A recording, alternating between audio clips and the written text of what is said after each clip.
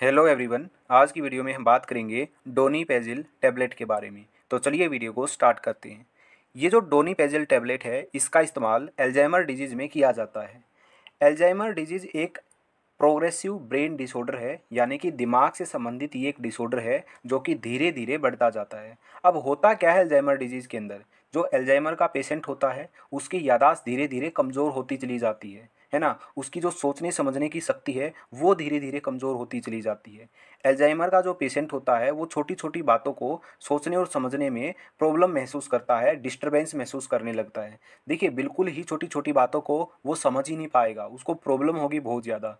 जो daily task होते हैं, जो सिंपल सिंपल डेली टास्क होते हैं, वो भी करने में उसको दिक्कत होने लगती है। ठीक है, तो ये कुछ साइन और सिम्टम्स होते हैं अल्जाइमर डिजीज़ के अंदर। अब डॉक्टर के द्वारा अल्जाइमर डिजीज़ में डोनीपेजिल टैबलेट दी जाती है। अब ये टैबलेट का इस्तेमाल क्या है, ये क्या करती है अल्जाइमर डिजीज़ में। जो साइन एंड सिम्टम्स है ना अल्जाइमर डिजीज़ के अंदर, जैसे कि उसकी सोचने समझने में प्रॉब्लम होगी, है ना, तो उन साइन और सिम्टम्स को ये जो टैबलेट है ये कम कर देती है, यानी कि उनको इम्प्रूव करने का काम करती है। मैंने क्या बताया, जो ये डोनीपेजिल टैबलेट है ये अल्जाइमर पेशेंट के अंदर जो साइन और सिम्टम्स आते हैं उनको इम्प्रूव करने का काम करती है, ना कि अल्जाइमर डिजीज़ को ठीक करने का काम करती है। ठीक है, तो डोनीपेजिल साइन और सिम्टम्स को इम्प्रूव करती है। दूसरा, ये जो डोनीपेजिल टैबलेट है ये अल्जाइमर डिजीज़ के प्रोग्रेशन को स्लो डाउन कर देती है। ठीक है, तो ये दो काम अल्जाइमर डिजीज़ के अंदर डोनीपेजिल के द्वारा किए जाते हैं। ठीक है, अब हम बात करते हैं डोज के बारे में कि कितना डोज डोनीपेजिल टैबलेट का दिया जाता है। तो डोज ऐसी बात है कि ये जो डोनीपेजिल टैबलेट है ये आरएक्स मेडिसिन है, यानी कि ये डॉक्टर के द्वारा ही प्रिस्क्राइब की जाती है, अपने आप से ये टैबलेट नहीं लेनी होती है। तो जो डॉक्टर है वो पेशेंट की कंडीशन को देखकर डिसाइड करता है कि कितना डोज देना चाहिए। ठीक है, तो ये इसकी डोज के बारे में बात हो गई। अब हम बात करते हैं साइड इफ़ेक्ट के बारे में कि ये टैबलेट लेने के बाद क्या क्या साइड इफ़ेक्ट देखने को मिल सकते हैं। देखिएगा, अगर मैं कॉमन साइड इफ़ेक्ट्स की बात करूं उसके अंदर क्या हो सकता है, जैसे डायरिया देखने को मिल सकता है, हेडेक देखने को मिल सकता है यानी कि सिर के अंदर दर्द, डिजीनेस, है ना, नोजिया, वोमिटिंग, उल्टी आना, लॉस ऑफ एपेटाइट, यानी कि जो भूख है उसका ना लगना, है ना, तो भूख नहीं लगेगी तो वेट लॉस होएगा। ओके, तो वेट लॉस भी एज ए साइड इफेक्ट इसके अंदर देखने को मिल सकता है।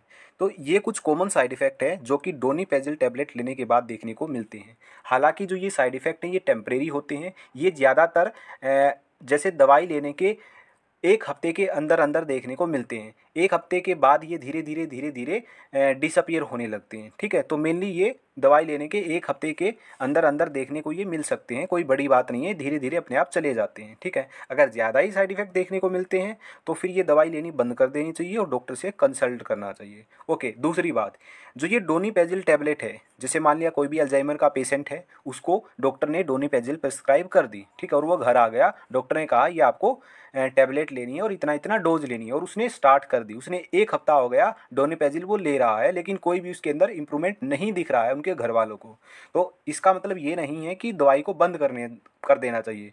इंपॉर्टेंट बात ये है कि जो ये डोनीपेजिल टैबलेट है इसका असर 5 से 7 हफ्ते के बाद देखने को मिलता है। ठीक है, पेशेंट के अंदर ये देखने को मिलेगा कि 5 से 7 हफ्ते के बाद उसको इम्प्रूवमेंट देखने को मिल सकता है। इसलिए अगर आप ऐसा कर रहे हो, अगर ऐसा है कि आपको कोई इम्प्रूवमेंट नहीं देखने को मिल रहा है दवाई लेने के 2-3 दिन के बाद भी, तो दवाई को बंद नहीं करना है, दवाई को स्टार्ट ही करे रहना है। करीब करीब 5 से 7 हफ्ते के बाद इसका असर देखने को मिल जाएगा। ठीक है, ये बिल्कुल स्लो काम करती है, इसलिए ऐसा होता है। ओके, तो ये हो गए हमारे कुछ कॉमन साइड इफ़ेक्ट जो देखने को मिलते हैं।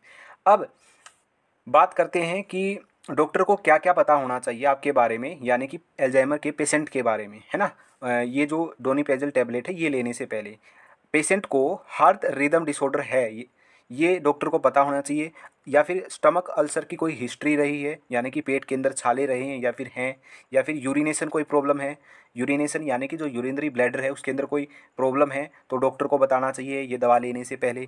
ब्रीदिंग प्रॉब्लम है कोई, जैसे अस्थमा है पेशेंट को, ये डॉक्टर को पता होना चाहिए। लीवर या किडनी से रिलेटेड कोई डिजीज़ है तो ये भी डॉक्टर को बताना चाहिए, या फिर सीजर की कोई हिस्ट्री रही है या फिर सीजर्स आते हैं तो ये डॉक्टर को पता होना चाहिए ये टैबलेट लेने से पहले। ठीक है, तो इनमें से कोई भी चीज़ है तो डॉक्टर्स को पता होनी चाहिए, तो उसके अकॉर्डिंग ही जो डॉक्टर है वो डोनीपेजिल प्रिस्क्राइब करता है। ठीक है, तो ये हो गई आज की वीडियो में हमारी बात डोनीपेजिल टैबलेट के बारे में, जो कि अल्जाइमर डिजीज़ के अंदर यूज़ की जाती है। अल्जाइमर डिजीज़ को ठीक करने में ये हेल्प नहीं करती है, बल्कि अल्जाइमर डिजीज़ को ये ठीक करने में हेल्प करती है, बट ठीक नहीं करती है ना। कहने का मतलब ये है कि ये ठीक नहीं करती है, ये साइन और सिम्टम्स को इम्प्रूव करती है। मेन मतलब ये है कहने का। ठीक है, ओके। तो ये थी आज की हमारी वीडियो जिसके अंदर हमने बात की डोनीपेजिल के बारे में। आज की वीडियो में इतना ही, तो मिलते हैं नेक्स्ट वीडियो के अंदर।